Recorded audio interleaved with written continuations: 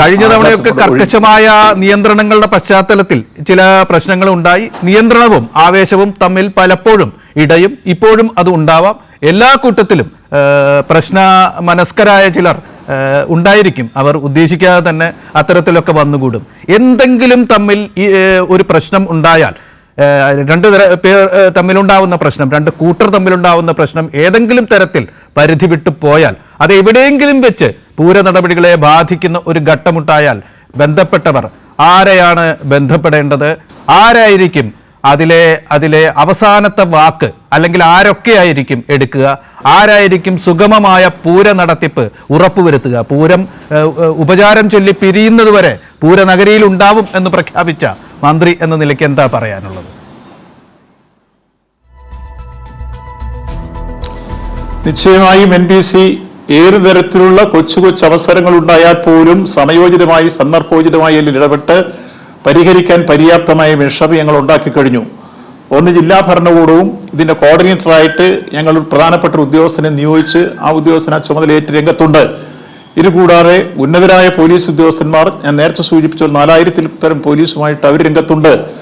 ഞങ്ങൾ സംസ്ഥാനത്തെ 3 മന്ത്രിമാർ ഇവിടെ നിലവിലുണ്ട്, കേന്ദ്രമന്ത്രി നിലവിലുണ്ട്.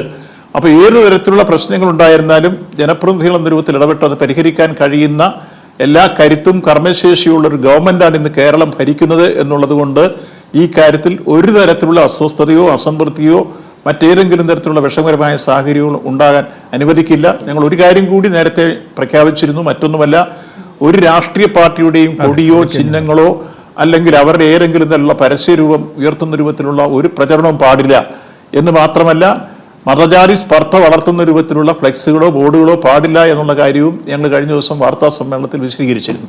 അതുകൊണ്ട് ഈ കാര്യത്തിൽ ഈ ക്ഷേത്രവും അതിൻ്റെ ആചാരങ്ങളും പൂരത്തിൻ്റെ എല്ലാ തരത്തിലുള്ള വിസ്മയങ്ങൾ തീർക്കുന്ന പരിപാടികളുമല്ലാതെ അതോടെ നടക്കേണ്ട ആചാരാനുഷ്ഠാനങ്ങളെല്ലാം ഭംഗിയായി നടക്കുന്നതല്ലാതെ മറ്റേതെങ്കിലും രാഷ്ട്രീയ പാർട്ടികളുടെ പ്രചരണത്തിൻ്റെ വേദിയായോ ചിഹ്നം ഉപയോഗിക്കാനോ കൊടി ഉപയോഗിക്കാനോ ഒന്നും പാടില്ല എന്നുള്ള കാര്യം കർശനമായി നടപ്പിലാക്കും. മതജാതി സ്പർദ്ധ വളർത്തുന്ന രൂപത്തിലുള്ള ഫ്ലെക്സുകളോ ബോർഡിലും വെക്കാനും പാടില്ല എന്ന കാര്യവും സൂചിപ്പിച്ചിരുന്നു. അപ്പം ഇങ്ങനെ എല്ലാ കാര്യങ്ങളിലും മുൻകരുതലോടെ ജാഗ്രതയോടെയാണ് നിങ്ങൾ നിൽക്കുന്നത്. ചെറിയ രൂപത്തിലുള്ള അസ്വസ്ഥത പോലും ഉണ്ടാകാത്ത രൂപത്തിൽ ഇവിടുത്തെ കെട്ടിടങ്ങളുടെ ഫിറ്റ്നസ് വരെ പരിശോധിച്ച് കൃത്യത വരുത്തിയിട്ടാണ് അതിൻ്റെ മട്ടുപ്പാവിലൊന്നും ആളുകൾ കയറാതിരിക്കാനുള്ള മുൻകരുതൽ സ്വീകരിച്ചിരിക്കുന്നത്. അതുപോലെ മരച്ചില്ലകളൊക്കെ തടസ്സമുണ്ടാക്കുന്നതൊക്കെ വെട്ടിക്കളഞ്ഞ് അതും കൃത്യമായി ആ പ്രദേശത്ത് മറ്റു രൂപത്തിൽ ആളുകൾക്ക് വിഷമമുണ്ടാക്കാത്ത രൂപത്തിലേക്ക് കാര്യങ്ങൾ എത്തിച്ചിട്ടുണ്ട്. അങ്ങനെ എല്ലാ നിലയിലും ബന്ധപ്പെട്ട രൂപത്തിലുള്ള മുന്നൊരുക്കങ്ങൾ, നല്ല രൂപത്തിലുള്ള ക്രമീകരണങ്ങൾ നടത്തിക്കൊണ്ടാണ് നിൽക്കുന്നതെങ്കിൽ നിങ്ങൾ സൂചിപ്പിച്ചതുപോലെ എത്ര വലിയ രൂപത്തിലുള്ള ജനനിബിഡമായ അന്തരീക്ഷം ഉണ്ടായാലും പ്രയാസങ്ങൾ ഉണ്ടാവാതെ പൂരപ്രേമികൾക്ക് പൂരം ആസ്വദിക്കാൻ കഴിയുന്ന സാഹചര്യമാണ് സംജാതമാക്കിയിട്ടുള്ളത്. അതുകൊണ്ട് എത്ര വന്നാലും നിയന്ത്രിക്കാൻ കഴിയുന്ന രൂപത്തിലേക്കുള്ള മിഷനറികളും നമ്മുടെ കയ്യിലുണ്ട്. ഏതു തരത്തിലുള്ള സ്ഥിതിയെയും നേരിടാൻ കഴിയുന്ന പശ്ചാത്തല സൗകര്യം ഞങ്ങൾ ഒരുക്കി കഴിഞ്ഞിട്ടുണ്ട്. വിവിധ ഡിപ്പാർട്ട്മെന്റുകളുടെ കോർഡിനേഷൻ, റവന്യൂവായിരുന്നാലും വാട്ടർ അതോറിറ്റി ആയിരുന്നാലും. മിനിസ്റ്റർ, ഞാനൊന്ന് ഇടപെടുന്നു. താങ്കളുടെ ആ പ്രസ്താവന അത് പരക്കെ സ്വാഗതം ചെയ്യപ്പെടുകയാണ് ഉണ്ടായത്. ഇതിലെ പ്രധാനപ്പെട്ട പങ്കാളികളായ 2 ദേവസ്വങ്ങളും അതിനോട് ചേർന്ന് നിൽക്കുകയാണ് ഉണ്ടായത്. വിദ്വേഷം ഉയർത്തുന്ന ചിഹ്നങ്ങളൊന്നും പൂരത്തിൻ്റെ ഭാഗമായി പൂരച്ചടങ്ങുകളിലോ പൂരനഗരിയിലോ ഒന്നും കാണരുത് എന്ന നിർദ്ദേശം പരക്കെ സ്വാഗതം ചെയ്യപ്പെടുകയാണ് ഉണ്ടായത്. രാഷ്ട്രീയ കക്ഷികളോ അതുപോലെ തന്നെ സാമുദായിക മത സംഘടനകളോ ഒന്നും അതിനെതിരെ രംഗത്ത് വന്നില്ല. പക്ഷെ മിനിസ്റ്റർ നിർഭാഗ്യവശാൽ ഇന്ന് രാത്രി നല്ല ചടങ്ങുകളിലേക്ക് നല്ല മനസ്സോടുകൂടി നമ്മൾ പോകുമ്പോൾ ഇത് ഇത്തരത്തിൽ പറഞ്ഞ് പെരുപ്പിക്കാൻ ഞാൻ ആഗ്രഹിക്കുകയല്ല. പക്ഷേ ഒരു രാഷ്ട്രീയ കക്ഷിയുടെ ജില്ലാതല നേതാക്കൾ, വളരെ താഴ്ന്ന ജില്ലാതല നേതാക്കൾ, BJPയുടെ ജില്ലാതല നേതാക്കൾ അത് മതസ്വാതന്ത്ര്യത്തിലുള്ള കടന്നുകയറ്റമാണ്, മത ചിഹ്നങ്ങൾ ഇല്ലാതെ ഇത് നടത്തണം എന്ന് പറഞ്ഞാൽ തിടമ്പെഴുന്നള്ളിക്കാൻ കഴിയില്ലേ എന്നതുപോലുള്ള ചോദ്യങ്ങൾ ഉയർത്തിക്കൊണ്ട് രംഗത്ത് വന്നു. ഒറ്റപ്പെട്ട ശബ്ദം, ദുർബലമായ ശബ്ദം, പൊതുസമൂഹം അവഗണിച്ച, ദയനീയമാം വിധം അവഗണിച്ച ശബ്ദം. പക്ഷേ അങ്ങനെ ഒരു ശബ്ദം ഈ നാട്ടിലുണ്ട്. ആ ശബ്ദം മന്ത്രിസഭ കേൾക്കുന്നുണ്ടോ? ആ ശബ്ദത്തിന് മുമ്പിൽ സ്വീകരിക്കേണ്ട മഹാജാഗ്രത, മഹാസാമൂഹ്യ ജാഗ്രതയിലേക്ക് കേരള സർക്കാർ എത്തുന്നുണ്ടോ? മിനിസ്റ്റർ എങ്ങനെ പ്രതികരിക്കുന്നു ആ ഒറ്റപ്പെട്ട ദുർബലമായ ശബ്ദത്തോട്?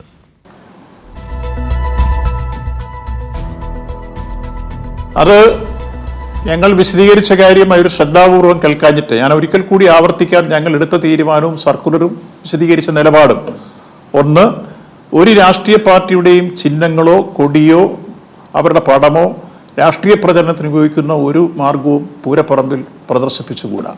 രണ്ട്, മതജാതി സ്പർദ്ധ ഉണ്ടാക്കുന്ന രൂപത്തിലുള്ള ഫ്ലെക്സുകളോ ബോർഡുകളോ വെച്ചുകൂടാ. വളരെ വ്യക്തമല്ലേ കാര്യം? അപ്പോൾ ഏതെങ്കിലും ഒരു ജാതിക്കെതിരായിട്ടൊരു ജാതിയോ മറ്റൊരു മതത്തിനെതിരായ മറ്റു മതമോ ഇതൊന്നും വരാനുള്ള പ്രചരണം ഉണ്ടാവരുത് എന്നാണ് പറഞ്ഞത്. അതേസമയത്ത് ആചാരാനുഷ്ഠാനങ്ങൾ അനുസരിച്ചുള്ള എല്ലാ കാര്യങ്ങളും കൃത്യമായി അവിടെ നടക്കണം. അത് തിടമ്പേറ്റുന്നതായിരുന്നാലും ശരി, അതിൻ്റെ ഉപചാരം ചെല്ലുന്ന രൂപമായിരുന്നാലും ശരി, അതുപോലെ തന്നെ ഗോപുരം തെക്കേ ഗോപുരം തള്ളിത്തുറക്കുന്ന തിടമ്പേറ്റി വന്ന ചെയ്യുന്ന നടപടിയായിരുന്നാലും ശരി, അതിലൊന്നും ഒരു തരത്തിലുള്ള വ്യത്യാസവും. എന്തൊക്കെയാണോ പൂരത്തിന് നടക്കേണ്ടത് ആ നടക്കേണ്ട ആചാരാനുഷ്ഠാനങ്ങൾ പൂർണ്ണമായി പാലിച്ചുകൊണ്ട് ഇതാണ് ശരിയെന്ന് തിരുവാമ്പാടി ദേവസ്വവും അതോടൊപ്പം തന്നെ പാറമേക്കാവ് ദേവസ്വവും ഈ യോഗത്തിൽ സംസാരിച്ച് അതിൻ്റെ ഉത്തരവാദിത്തപ്പെട്ട മുഴുവൻ ആളുകളും ഞങ്ങളെടുത്ത തീരുമാനങ്ങൾ പൂർണ്ണമായി സ്വാഗതം ചെയ്തുകൊണ്ട് ഒരു ടീമായി ഇന്ന് മുന്നോട്ട് പോകുമ്പോൾ ഈ അവസരങ്ങൾക്കൊന്നും അടിസ്ഥാനമില്ല എന്ന് വിനയപൂർവ്വം ഞാൻ അറിയിക്കുകയാണ്. അതുകൊണ്ട് അങ്ങനെ അവസരങ്ങൾ ഉണ്ടാക്കാൻ ശ്രമിക്കുന്നവരും ഈ കാര്യത്തിൽ വ്യക്തത വരുത്തണം. ഇവിടെ ഏതെങ്കിലും ഒരു മതത്തെയോ ഒരു ജാതിയോ മാറ്റി നിർത്തലല്ല, മറിച്ച് മതജാതി പ്രസ്ഥാനങ്ങൾ സ്പർദ്ധ ഉണ്ടാക്കുന്ന രൂപത്തിലുള്ള ഫ്ലെക്സുകളോ ബോർഡുകളോ വയ്ക്കാൻ പാടില്ല എന്നാണ് പറഞ്ഞത്. അന്യോന്യം ഏറ്റുമുട്ടുന്നത് അത് കൃത്യമായി പാലിക്കാൻ കഴിഞ്ഞാൽ ഈ സന്ദേശം കേരളത്തിലെ ഇടതുപക്ഷ ജനാധിപത്യത്തിന് ഗവൺമെൻറ് ഉയർത്തിപ്പിടിക്കുന്ന മതനിരപേക്ഷതയുടെ സംസ്കാരമാണ്. ആ മതനിരപേക്ഷതയുടെ മഹത്തായ പാരമ്പര്യം ഉയർത്തിപ്പിടിക്കുന്ന ഈ നാട്ടിൽ തൃശ്ശൂർ പൂരവും മതനിരപേക്ഷതയുടെ ഏറ്റവും ഉന്നതമായ വീക്ഷണവും ചിഹ്നവുമാണ്. ഒരു വിശ്വമാനതയാണ് തൃശ്ശൂർ പൂരത്തിൽ നിന്ന് ഉയരുന്നത്. എല്ലാ അർത്ഥത്തിലും ഇതിനെ സഹായിക്കുന്ന എത്രയോ വിഭാഗത്തിൽപ്പെട്ട ആളുകളുണ്ട്. നാനാജാതി മതസ്ഥരടക്കം ഈ പൂരത്തെ എല്ലാ അർത്ഥത്തിലും നെഞ്ചേറ്റുന്നവരാണ്. അങ്ങനെ ലോകമാകെ ഉറ്റുനോക്കുന്ന പൂരങ്ങളുടെ പൂരമായ ചരിത്രപ്രസിദ്ധമായ പൂരം അതിൻ്റെ പൂർണ്ണാർത്ഥത്തിലും ലക്ഷ്യത്തിലും വ്യാപ്തിയിലും നടത്താൻ ഒരു മതനിരപേക്ഷതയുടെ പൂർണ്ണ രൂപം ഉയർത്തിപ്പിടിച്ച് മതേതരത്വത്തിൻ്റെ മഹത്തായ പാരമ്പര്യം ഉയർത്തിപ്പിടിച്ച് ഇന്ത്യൻ ഭരണഘടന അനുശാസിക്കുന്ന രൂപത്തിലുള്ള സംസ്കാരം ഉയർത്തിപ്പിടിച്ച് നമ്മൾ ഈ കാര്യം നടത്താൻ മുന്നോട്ട് പോകുന്നതിന് അതാരും സംകുചിതമായി ചിന്തിക്കുമെന്ന് ഞാൻ പ്രതീക്ഷിക്കുന്നില്ല. ആരെങ്കിലും ചിന്തിച്ചിട്ടുണ്ടെങ്കിൽ അവർ തിരുത്തുമെന്നും പ്രതീക്ഷിക്കുകയാണ്.